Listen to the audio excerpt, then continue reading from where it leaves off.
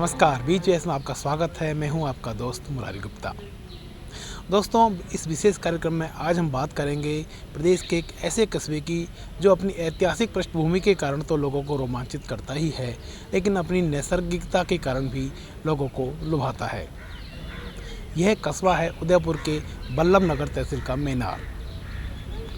यह कस्बा अपनी ऐतिहासिक पृष्ठभूमि के कारण बरसों से लोगों को लुभाता रहा है, लेकिन इसके साथ साथ हजारों मील दूर देश के पक्षियों को भी अपनी नैसर्गिकता के कारण आकर्षित करता रहा है। आइए आपको लेके चलते हैं मेनार कस्बे में।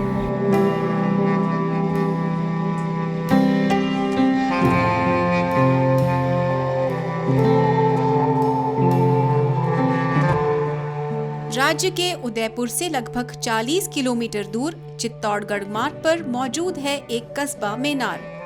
इस ऐतिहासिक कस्बे ने अपनी ऐतिहासिक पृष्ठभूमि को जिंदा रखने के साथ साथ प्रकृति को सुरक्षित रखने और संवारने का काम किया है। अपने शौर्य, साहस और बलिदान के साथ कस्बे को उसकी प्राकृतिक सौंदर्य के लिए भी जाना और पहचाना जाता है। पहले बात करते हैं मेनार के प्रकृति प्रेम की, जिसके कारण इस कस्बे को बर्ड विलेज के नाम से भी पहचाना जाता है। जब से मेनार बसा है तब से दोनों तालाब हैं और पक्षी तो पहले से ही आ रहे थे, लेकिन 10-15 सालों से हमें पता चला कि जो प्रवासी पक्षी जो बाहर से आते हैं, साइबेरियन साइड से आते हैं, तो जैसे हमें इसकी जागृति हुई और हमने इनका जो कह सकते हैं इनका संरक्षण के लिए हमने प्रयास शुरू कर दिए।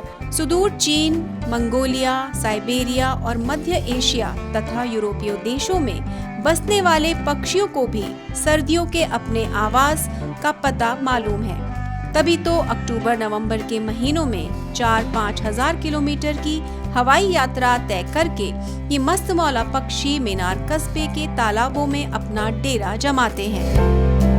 कस्बे में साल भर सैलानियों, पक्षी प्रेमियों, पर्यावरणविदों और प्रकृति प्रेमियों का आना जाना लगा रहता है, जो तालाब किनारे पक्षियों को निहारते रहते हैं। तालाब में पक्षियों की अटखेलियां और उनकी जल क्रीड़ाओं का आनंद लेते हैं। पक्षियों की भांति भांति की आवाजें उन्हें आकर्षित करती हैं।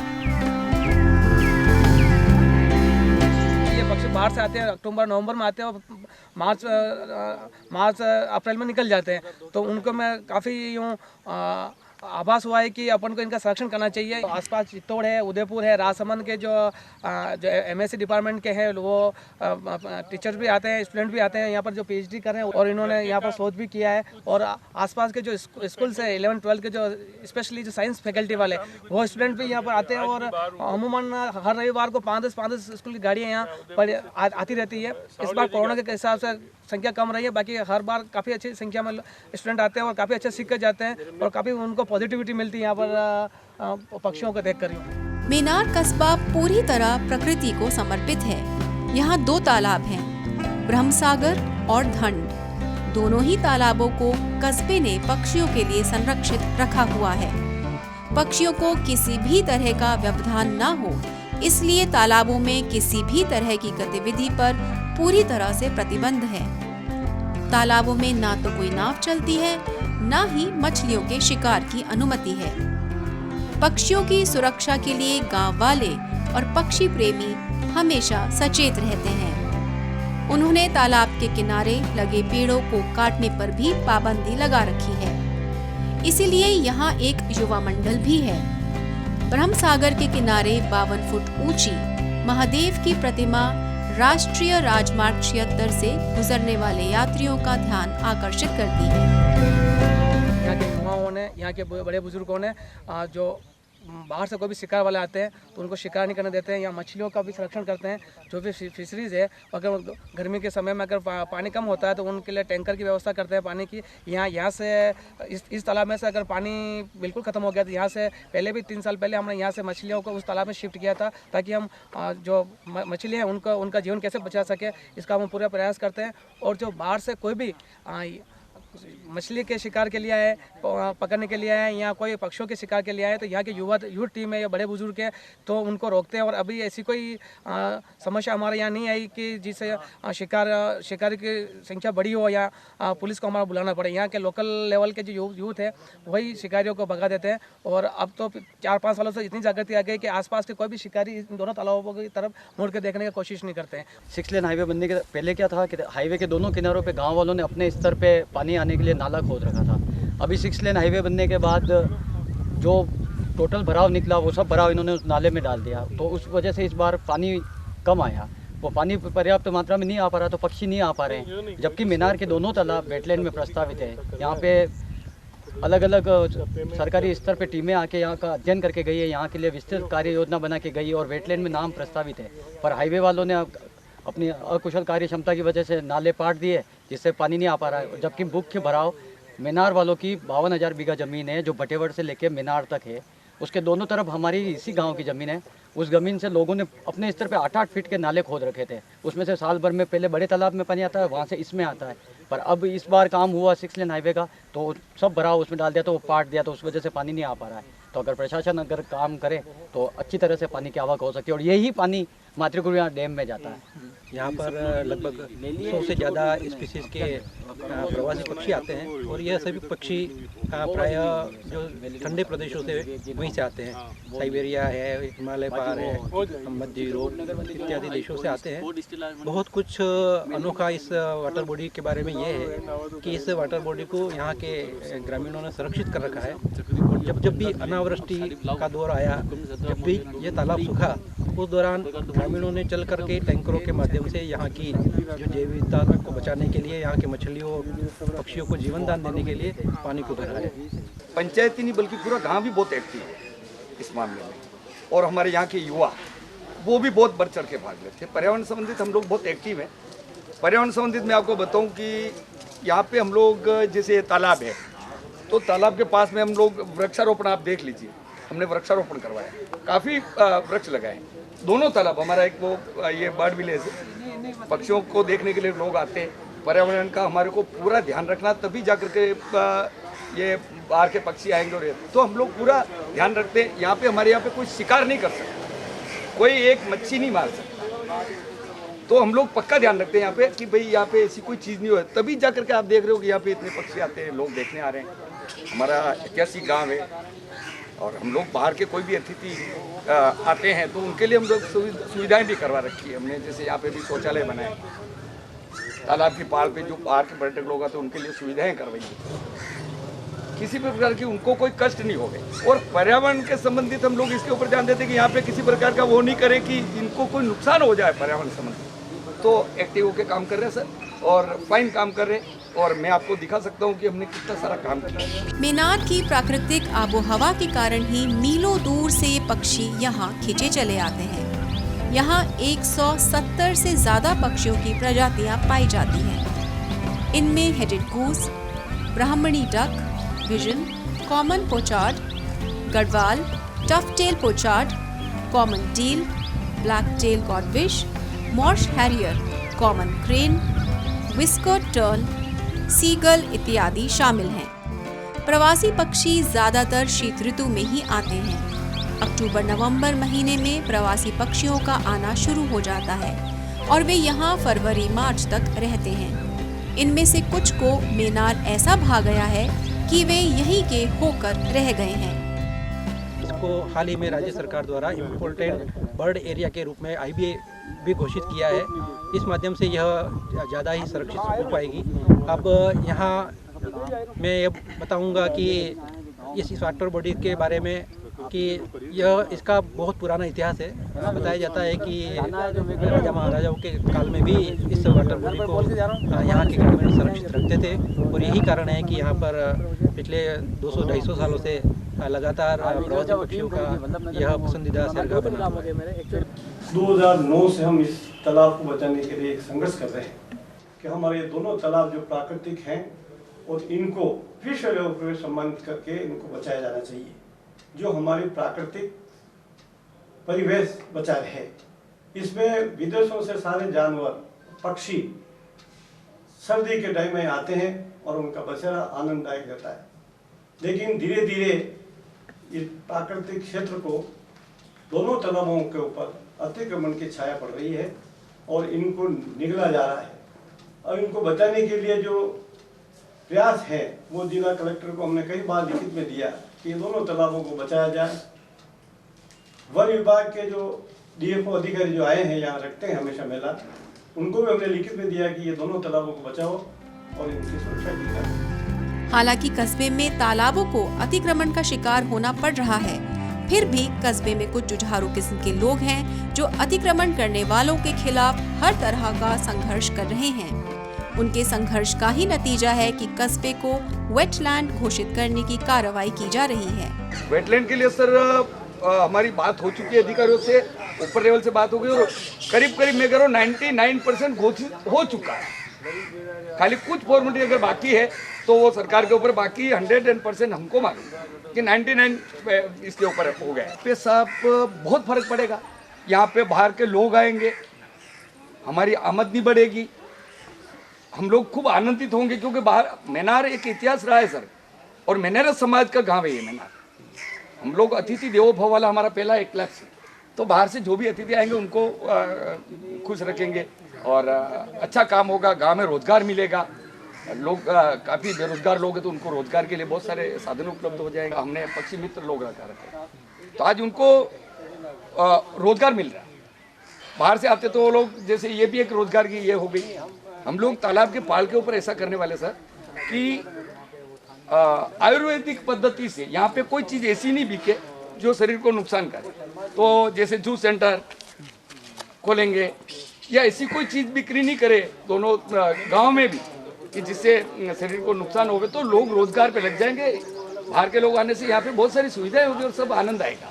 हम ये चाहते हैं कि दोनों तालाबों के जो चरागाह है जिसके अवैध खनन किया जाता है रात को, उस पर किसी प्रकार का कोई विभाग जानकारी नहीं लेता है। हम लिखित में देते हैं माइंस विभाग को, फॉर्मेलिटी करके वो चले जाते हैं।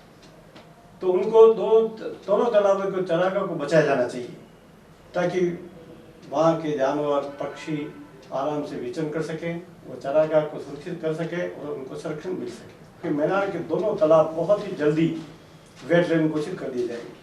तो मुझे बड़ी खुशी हुई कि हमारा प्रयास ये सफलता की ओर जा रहा है और बड़ा खुशी होगी कि हमारे गांव बच जाएंगे, तालाब संरक्षित हो जाएंगे।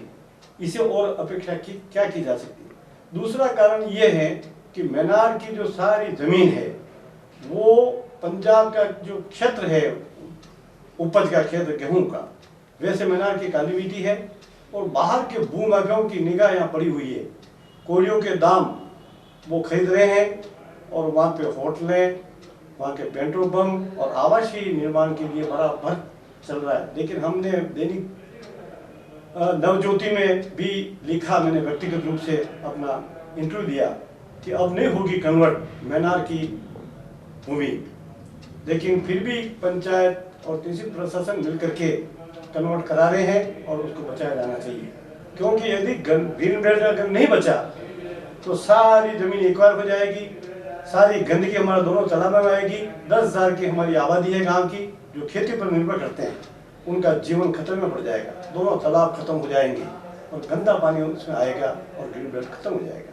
इसलिए हमने जिला कलेक्टर को लिखित में और दिया है कि हमारा इस गांव के दोनों ग्रीन बेल्ट घोषित करें और कन्वर्ट नहीं किया जाए। मैं मौजूद हूँ उदयपुर ज़िले के मैनार गांव में। मेरे पीछे एक जो तालाब है, यहाँ ये 200-250 साल पुराना तालाब है, जिसके बारे में माना जाता है कि लगभग 200-250 साल से यहाँ पर प्रवासी पक्षी यहाँ पर आ रहे हैं और हर अक्टूबर नवंबर के बाद और मार्च तक यहाँ पर रहते हैं। ये माना जाता है कि जो गांव वाले लोग हैं, ग्रामीण क्षेत्र के लोग हैं, उन्होंने अपने प्रयासों से इस तालाब को संरक्षित रखा है। यही वजह है कि यह एरिया अभी तक अनटच्ड जिसको कहा जा सकता है, प्रोटेक्टेड एरिया है। ग्रामीण क्षेत्र के लोग इसका संरक्षण करते हैं और जितने भी प्रवासी पक्षी आते हैं उनका संरक्षण करना, उनकी देखरेख करने के काम भी करते हैं। ग्रामीण क्षेत्रों ने एक पूरा ग्रीन बेल्ट बनाने का काम किया है, जिसमें हर साल वो लोग पेड़ पौधे लगाते हैं जिससे प्रवासी पक्षियों के भोजन की व्यवस्था होती है। ऐसा कहा जाता है कि ऐसा यहाँ जो प्रकृति प्रेमी है, पक्षी प्रेमी है, वो मानते हैं कि लगभग 100 से ज़्यादा प्रजाति के पक्षी इस तालाब में हर साल आते हैं। ये एक बहुत बड़ी उपलब्धि है इस गांव के लिए, और गांव के लोग इतने जागरूक हैं प्रकृति को लेकर कि यहाँ से कोई भी व्यक्ति इस तालाब में शिकार नहीं कर सकता, किसी भी चीज़ की अवैध गतिविधि नहीं कर सकता। तो निश्चित रूप से ये ऐसा क्षेत्र, अभी इसके साथ साथ एक चीज़ और इस बार जो राजस्थान सरकार ने उसको संरक्षित क्षेत्र की भी घोषणा की, जिसके बाद ये मानना चाहिए कि इसमें बहुत तेज़ी से और नए डेवलपमेंट होंगे।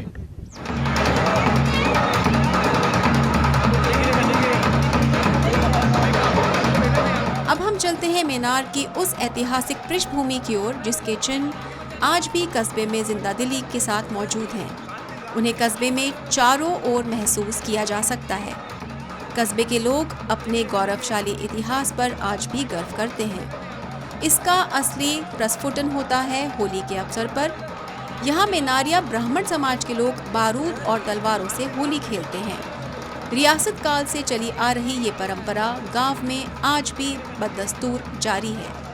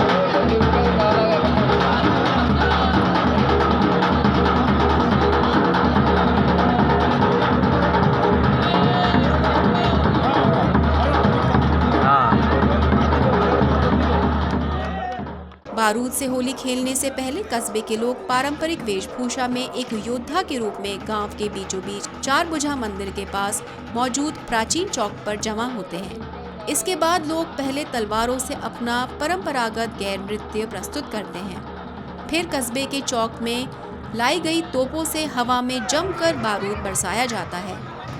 ये नज़ारा किसी युद्ध की तरह ही होता है।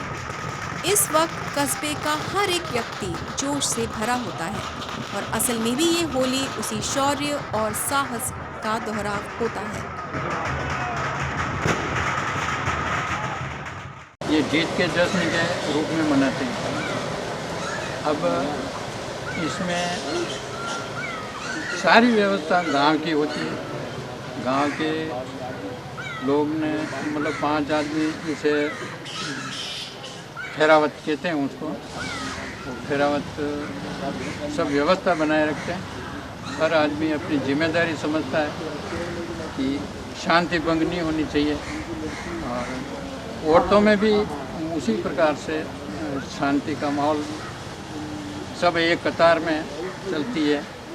और इसको जीत के जश्न के अच्छा, इसके अलावा पटाखे बंदूकें यहाँ छूटती है तो कोई भी इसमें जलता नहीं है, उस हिसाब से चलाते। ये 5 गलियों से पूरे मोहल्ले वाले आते हैं, हर मोहल्ले से, और वहाँ एकदम बाज़ार में एकत्रित होते हैं। वो 5 मसाले सेंटर में आती है वो मसालों के आगे आगे फेरावत चलते हैं, एकदम इकट्ठा होकर आतिशबाजी होती है भरपूर। उसमें जो जिसके हिसाब से सीमा से आगे नहीं, आदमी को तलवारें बंदूकें लेकर डाले आते हैं, यहाँ सब यहाँ इकट्ठे होते हैं। यहाँ जो बताया लगती है कि नंगाशी को पुराना इतिहास देते हैं, उसके बाद निषेध आते हैं, यहाँ होली बलती है ना उसके बाद, तो फिर बाद में नंगाशी के यहाँ का पूरा इतिहास देते हैं, पूरा इतिहास देते हैं। फिर वहाँ से यहाँ आते हैं वापस, यहाँ आ करके दिख जाते और अच्छा जमुना देते हैं, यहाँ इकट्ठे होते हैं लोग सब। इस ऐतिहासिक होली की पृष्ठभूमि ऐसी है कि हर किसी के भीतर जोश भर देती है। आज से 500 साल पहले महाराणा उदय सिंह के समय मेनार गांव के पास मुगलों की एक चौकी थी, जहां से मुगल सेना ने मेवाड़ पर आक्रमण की योजना बनाई थी। जैसे ही इस बात का पता कस्बे के मेनारिया ब्राह्मण समाज के लोगों को लगा, समाज के लोग एकजुट होकर मुगलों की चौकी पर टूट पड़े और मुगलों की लाशों से चौकी को पाट कर दिया। मेवाड़ में औरंगजेब के हमले के समय में इस मेनार के आसपास के इलाकों पर मुगलों का कब्जा हो गया और उन्होंने यहाँ पर अपनी एक चौकी कायम की। उस चौकी को उठाने के लिए मेनारियों ने जो सक्षम प्रयास किया और इन लोगों को इनका वध करके और मेवाड़ और मेनार दोनों की रक्षा करी। यही उसका परिणाम है कि ये शौर्य का प्रदर्शन होली के बाद होता है। इससे पूर्व में भी गेर यहाँ पर होती रही है। गेर आदिवासी अंचल का विशेष नृत्य है और ये पूरे राजस्थान में नाचा जाता है, शेखावाटी से लगा करके जालोर तक और मेवाड़ में मेवाड़ वागड़ से लगा करके गंगानगर तक सभी जगह गेर करने की परंपरा है। लेकिन सभी जगहों की गेर में लकड़ी का प्रयोग होता है। मेनार एक विशिष्ट स्थान है जहाँ पर योद्धाओं की गेर होती है, वो लोग एक हाथ में लकड़ी और एक हाथ में तलवार लेकर के गेर करते हैं, इसलिए तलवारों का गेर नृत्य कहलाता है। और ये योद्धाओं के शौर्य को सम्मानित करने का दिन है। ये यम द्वितीया, होली के बाद में आने वाली यम द्वितीया के दिन किया जाता है और ये विशिष्ट रूप से मेनारिया गांव और मेनारिया ब्राह्मणों का है। ये ब्रह्म क्षत्रिय की परंपरा को जिंदा रखता है। इस संघर्ष में मेनारिया समाज के कुछ लोग भी शहीद हुए थे। उन शहीदों की स्मृति में कुछ प्रतीक स्वरूप मूर्तियां गांव के चौक पर लगी हैं।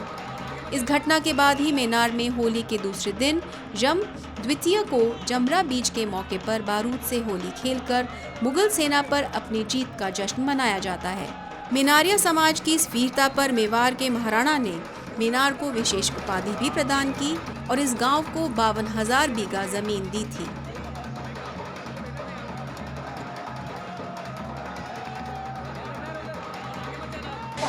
सुधार की बात होती